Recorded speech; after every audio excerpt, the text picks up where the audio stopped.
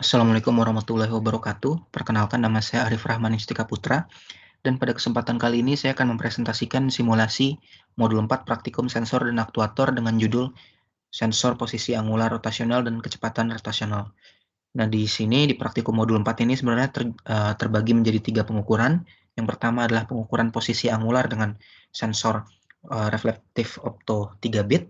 Lalu yang kedua adalah pengukuran posisi angular dengan sensor reflektif opto 5 bit. Dan yang terakhir adalah pengukuran kecepatan rotasional dengan sensor efek Hall.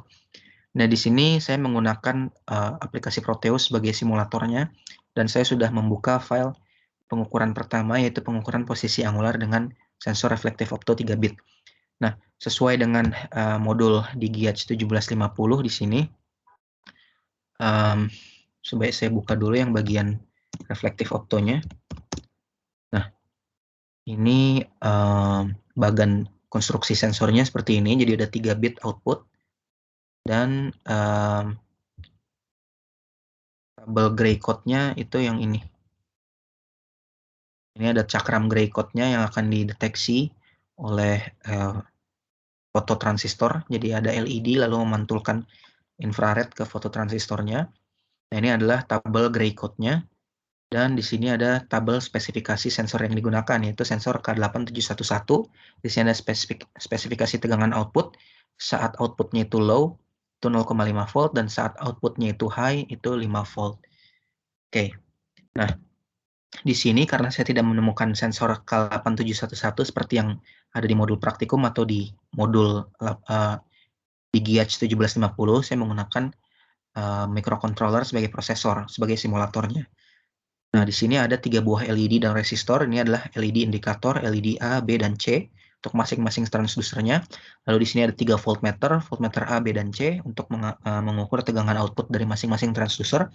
Lalu di sini ada 2 buah push button yang terhubung dengan interrupt dari microcontroller untuk mengatur posisi angular dari cakram gray code, dan di sini ada LCD 2x16 untuk menampilkan outputnya. Nah, mungkin bisa saya mulai saja. Jika saya play di LCD-nya akan tampil seperti ini, ada 4 kolom P, C, B, dan A. P ini adalah position, seperti pada tabel gray code yang ada di manual modul di GIACH 1750. Di sini position, lalu ini ada kolom C, B, dan A. Nah, ketika saya klik push button-nya yang atas, maka cakram akan berputar searah jarum jam sekali, lalu outputnya 001, ini sesuai dengan LED-nya, C, B, dan A, C mati, B mati, dan A-nya menyala. Lalu saya klik lagi sekali, 011 sesuai dengan LED-nya, klik lagi sekali, 010, klik lagi sekali, 110, dan seterusnya. Nah, di sini ketika LED-nya menyala, tegangan outputnya adalah 5 volt, sedangkan ketika LED B mati, tegangan outputnya adalah 0 volt. Jadi high-nya 5 volt, B-nya 0 volt. Ya, memang ini ada sedikit deviasi, seharusnya saat low, saat keadaan LED-nya mati, tegangan outputnya adalah 0,5 volt, sesuai dengan tabel karakteristik itu. Nah, ini karena memang microcontroller Atmega 128 ini memberikan output low sebesar 0 volt dan output high sebesar 5 volt. Itu adalah spesifikasi dari microcontroller yang saya gunakan. Lalu ini kembali ke simulasinya, bila saya putar lagi ke posisi ke-7, posisi terakhir, ini outputnya adalah 100, dan ketika saya putar lagi searah jarum jam sekali, maka ini akan kembali ke posisi 0. Nah, saya putar lagi ke arah jarum jam, maka akan bertambah. Sedangkan jika saya klik push button yang bawah, ini akan berputar berlawanan arah jarum jam, dan positionnya akan berkurang. Seperti itu. Outputnya itu akan tetap sesuai dengan tabel dari gray code yang ada di manual modul di GIACH 1750. Seperti itu. Mungkin cukup untuk praktikum yang simulasi pertama, pengukuran pertama. Bisa kita skip ke pengukuran kedua. Jadi di sini prinsipnya sama persis dengan pengukuran pertama, itu sama-sama mengukur posisi angular dengan sensor reflektif opto. Cuma bedanya di sini adalah sensor reflektif opto 5 bit. Sensornya pun sama yang saya gunakan K8711. Nah, di sini jika saya play, maka LCD-nya akan menampilkan 6 buah kolom, yaitu kolom P, E, D, C, B, dan A, di mana P ini adalah position dengan 2 digit.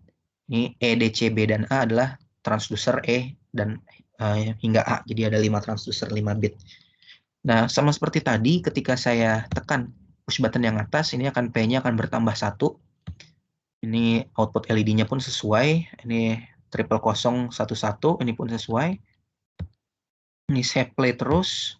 Saya play, ini maksimumnya berarti karena dia 5 bit seharusnya ada 32 kemungkinan output berbeda, yaitu dari posisi 0 hingga posisi 31. Ini jika saya play naikkan terus-menerus, outputnya akan terus berubah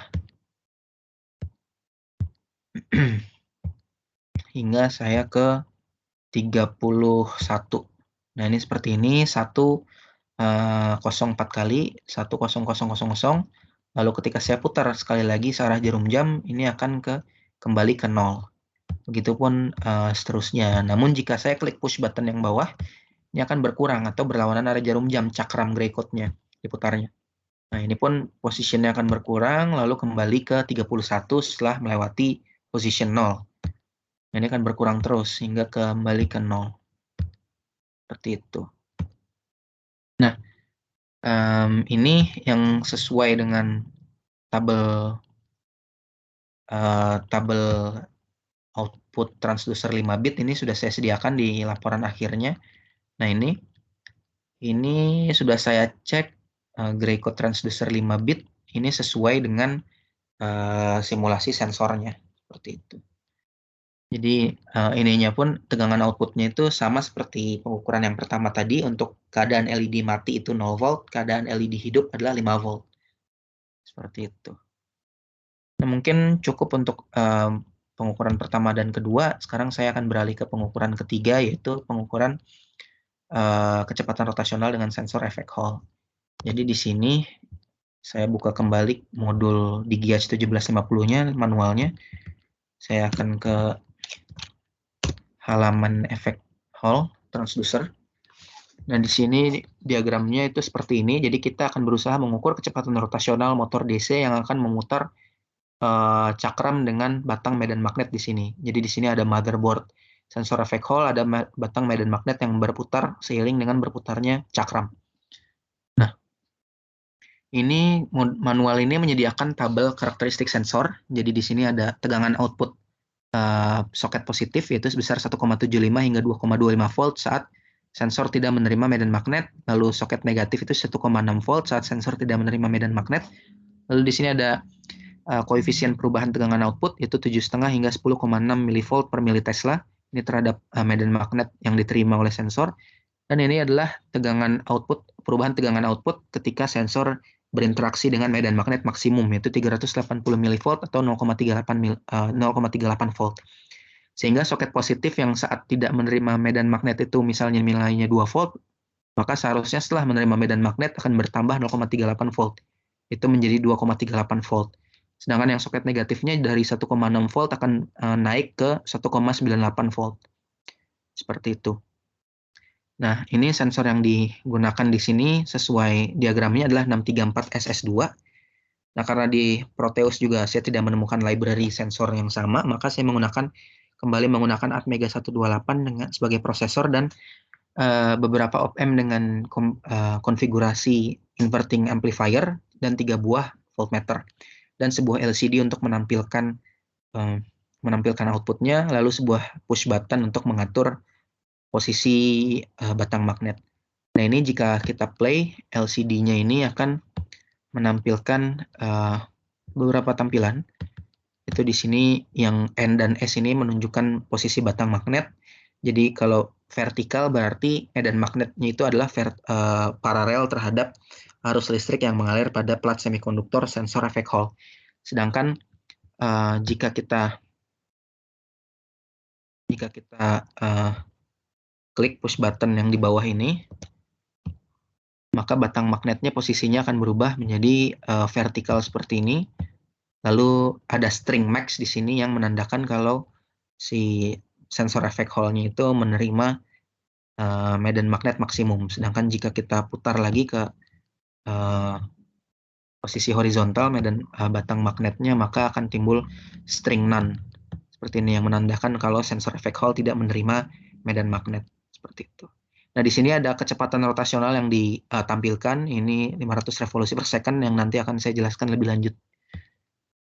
Oke, jadi di sini pertama-tama kita ukur tegangan soket positif dan soket negatifnya.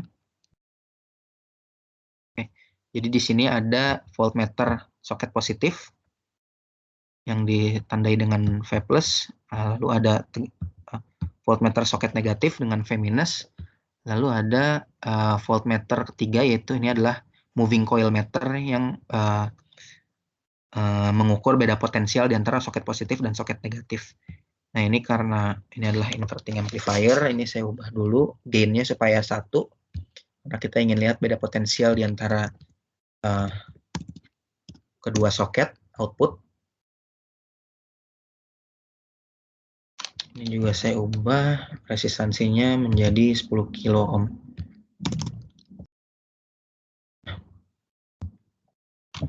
Ini pada keadaan awal atau batang magnet ini dalam keadaan horizontal, tidak ada medan magnet yang diterima oleh efek Hall, maka tegangan soket positifnya adalah 2 volt tegangan outputnya. Sedangkan tegangan soket negatifnya adalah 1,6 volt. Lalu untuk perbedaan beda potensial di antara keduanya adalah 0,4 volt. Lalu ketika kita ubah lagi posisi medan batang magnetnya, itu medan magnet maksimum diterima oleh efek Hall, maka kondisi output ketiga voltmeter itu seperti ini. Jadi voltmeter positif di soket positif itu 2,4 volt, dia naik 0,4 volt. Lalu di voltmeter negatifnya, yang tegangan yang terbaca adalah 2 volt.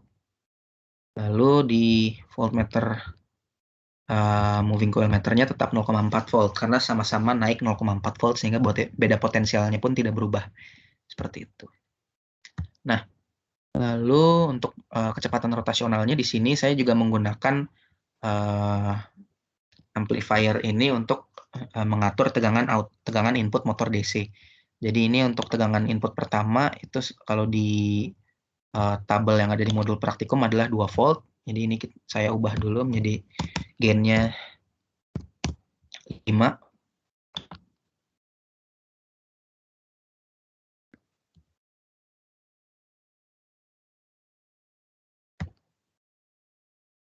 Oke, di sini sudah nampak 2 volt. Lalu kalau kita lihat di LCD-nya, yang tampak adalah kecepatan 100,15 revolusi per second.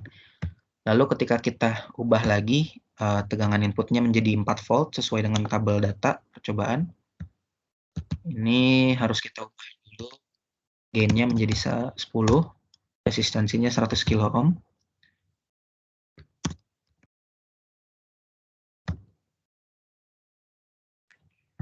Ini 4 volt. Lalu kita lihat di sini kecepatan yang tampil adalah 200,29 revolusi per second. Lalu ketika saya ubah lagi ininya, gain-nya supaya inputnya itu 7 volt.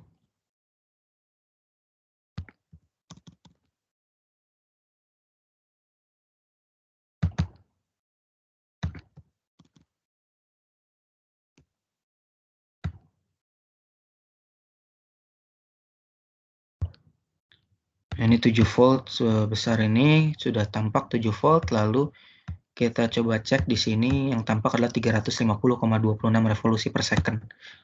Lalu ketika ini saya ubah lagi untuk input tegangan motor DC terakhir yaitu 10 volt, ini gain-nya ubah lagi menjadi 25.